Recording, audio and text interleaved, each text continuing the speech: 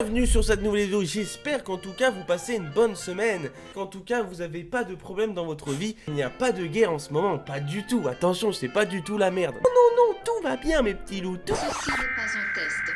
Ici votre système d'urgence intégré. qui se passe en 2021, déjà en 2021 c'était le bordel, en 2022 on commence comme ça. Oh Vladoche, t'appelles, on se fait des quenelles, voilà un dimanche soir, ça te va ou pas? Tu veux pas te calmer Vladoche? Abonne-toi, ça te fera du bien. Tu te lèves, tu te mets tes petites pantoufles, Vladoche, tu vas sur la chaîne de Kiro, mais hop, Kiro, tu choisis une vidéo, on n'en parle plus. Après, tout détendu. Appelle-moi après la vidéo, il y a aucun problème.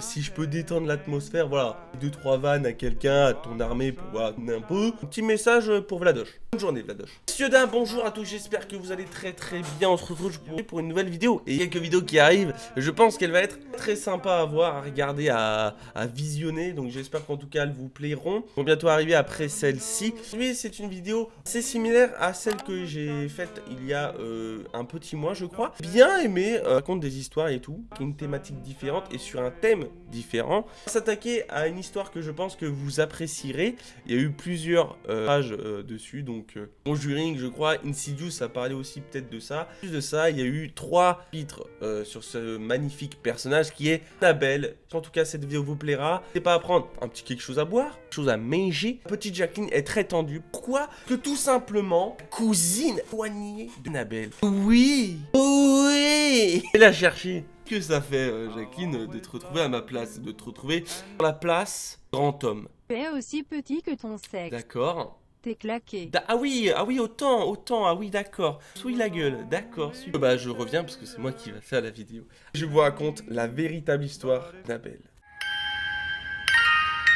Dans les années 70, en Angleterre, la mère de Donna découvrit une ancienne poupée d'Anne Raggedy. Anne Raggedy est le personnage central de la série livre enfant écrit et illustré par l'américain Johnny Gruelle. Elle la découvrit dans une boutique d'antiquités, pensant qu'elle plairait à sa fille de 24 ans, décida de la lui offrir pour son anniversaire. Quel moment commande à 24 ans de poupée? Après, j'ai 22 ans, mais j'ai quand même Jacqueline chez moi. Je vais pas trop tailler, je suis mal placé. Continuons l'histoire. À cette époque, Donna, qui était étudiante en médecine, partageait un petit appartement avec une jeune femme de son âge qui s'appelait Angie. Sa mère lui offrit la poupée et Donna fut touchée de son attention, mais en rentrant dans sa chambre, posa sur son lit et n'y prêta plus attention. C'était la meilleure chose à faire. Malheureusement, alors que les jours s'écoulaient, Donna et Angie crurent remarquer que la poupée bougeait seule. Au début, les changements étaient vraiment subtils. Les positions semblaient légèrement différentes, genre de choses qui auraient pu, plus le temps passait, ces mouvements devenaient perceptibles. Ici, moi je pense que j'aurais déjà vendu la maison, déjà changé de nationalité, de faciès également. Fille, étrange tournure des événements perturbés, l'air de raconter toute l'histoire à Lou, petite amie Angie. Ouais, Lou. Lou, c'est pas un prénom de gars, Lou. Eh Lou, tu es Lou.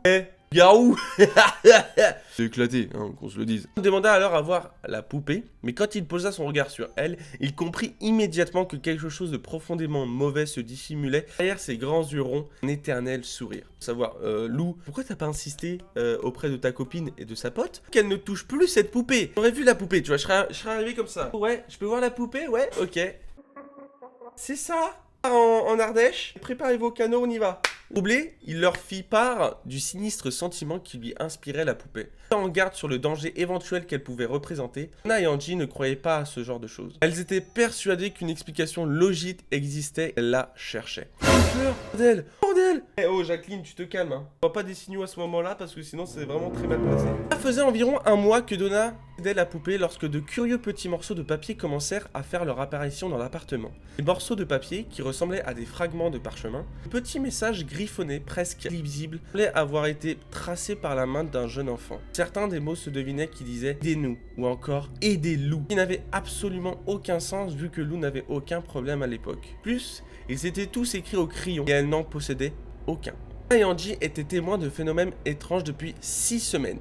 On résisté 6 semaines déjà, c'est incroyable je trouve. Quand elles décidèrent de prendre contact avec une femme qui se disait médium. Lors de la séance de spiritisme qui s'en suivit et qui se déroula à leur domicile, le médium leur raconta la déchirante histoire d'Annabelle, une petite fille dont le corps avait été découvert dans le champ sur lequel l'immeuble qu'elles habitaient avait été construit. Tout le monde avait grandi ici et qu'ils n'étaient préoccupés que par leur travail, ils ne savaient pas vers qui se tourner, à part nous.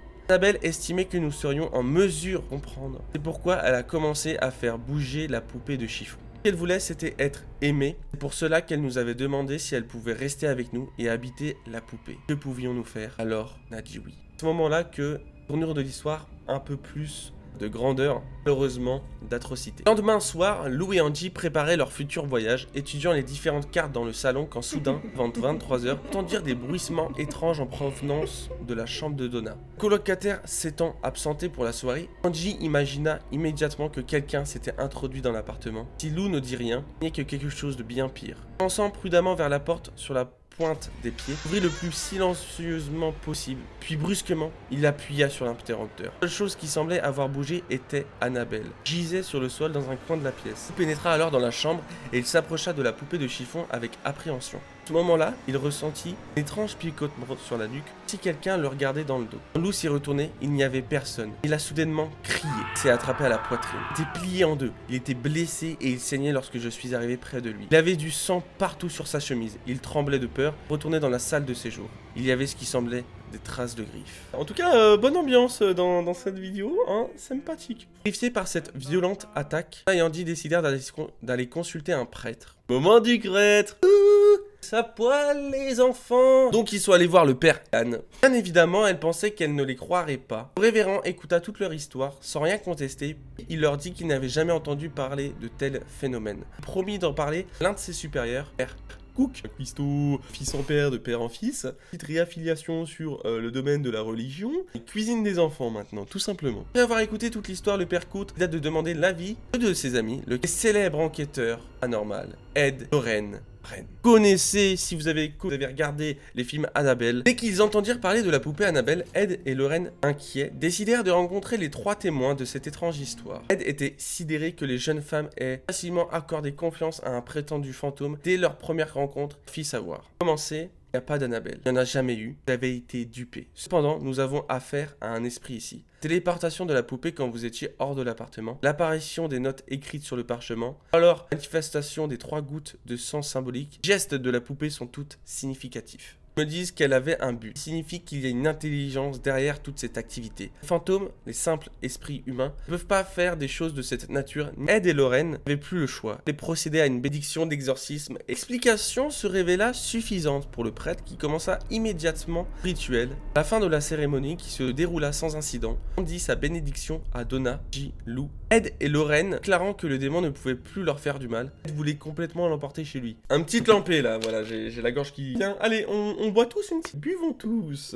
Alors, comme la poupée d'Annabelle était trop dangereuse pour être laissée en liberté, Lorraine décidèrent de l'emprisonner dans une boîte scellée, entreposée dans leur musée de l'occulte. Où se trouvaient déjà tous les objets maléfiques ramenés lors de leur enquête. Puis qu'elles étaient enfermées, elles semblaient incapables de se déplacer. Pour prévenir tout incident, ils déposèrent une petite pancarte devant sa vitrine. Attention, pas ouvrir. Ils sont un peu cons, tu vois. Ils disent que c'est marqué ne pas ouvrir. Et voilà, dans leur idée, ils disent mais moi j'aime bien ouvrir des portes. Voilà, donc je vais ouvrir celle-ci, je vais me faire soulever. Des incidents étranges commencèrent alors à se reproduire. Annabelle changeait de position. Elle grognait, visiteur impertinent. Un jour, alors qu'Ed racontait l'histoire de la poupée maléfique à un couple, un jeune homme qui cherchait probablement à impressionner sa petite amie apostrophait Annabelle, la défiant de se lever et de le griffer. Ed fit immédiatement sortir les 2 jeunes du musée et regarda s'éloigner en moto. Peu de temps plus tard, il apprit que le couple avait eu un grave accident sur le chemin retour. Sa petite amie, avoir quitté le musée, riait de toutes ces histoires à dormir debout. Brusquement, le jeune homme perdu le contrôle de son véhicule. La moto avait foncé tout droit dans un arbre et avait été tué sur le coup. Des années plus tard, alors qu'elle faisait visiter le musée de l'occulte à une équipe de tournage, peu de temps après la sortie du premier film The Conjuring, Lorraine s'arrêta devant la cage de verre, tournant vers le cameraman et lui dit: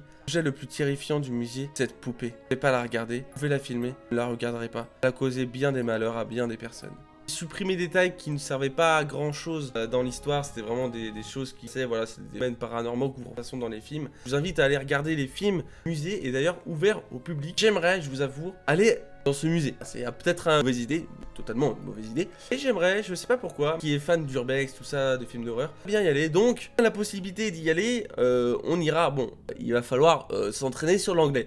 Et l'accent is very well. Les vidéos arrivent bientôt, j'espère qu'elles vont vous plaire. Petite surprise entre temps. Popé, abonne-toi, putain, ça ne mange pas de pain. Et je vous retrouve peu de temps pour les vidéos projets. Ciao.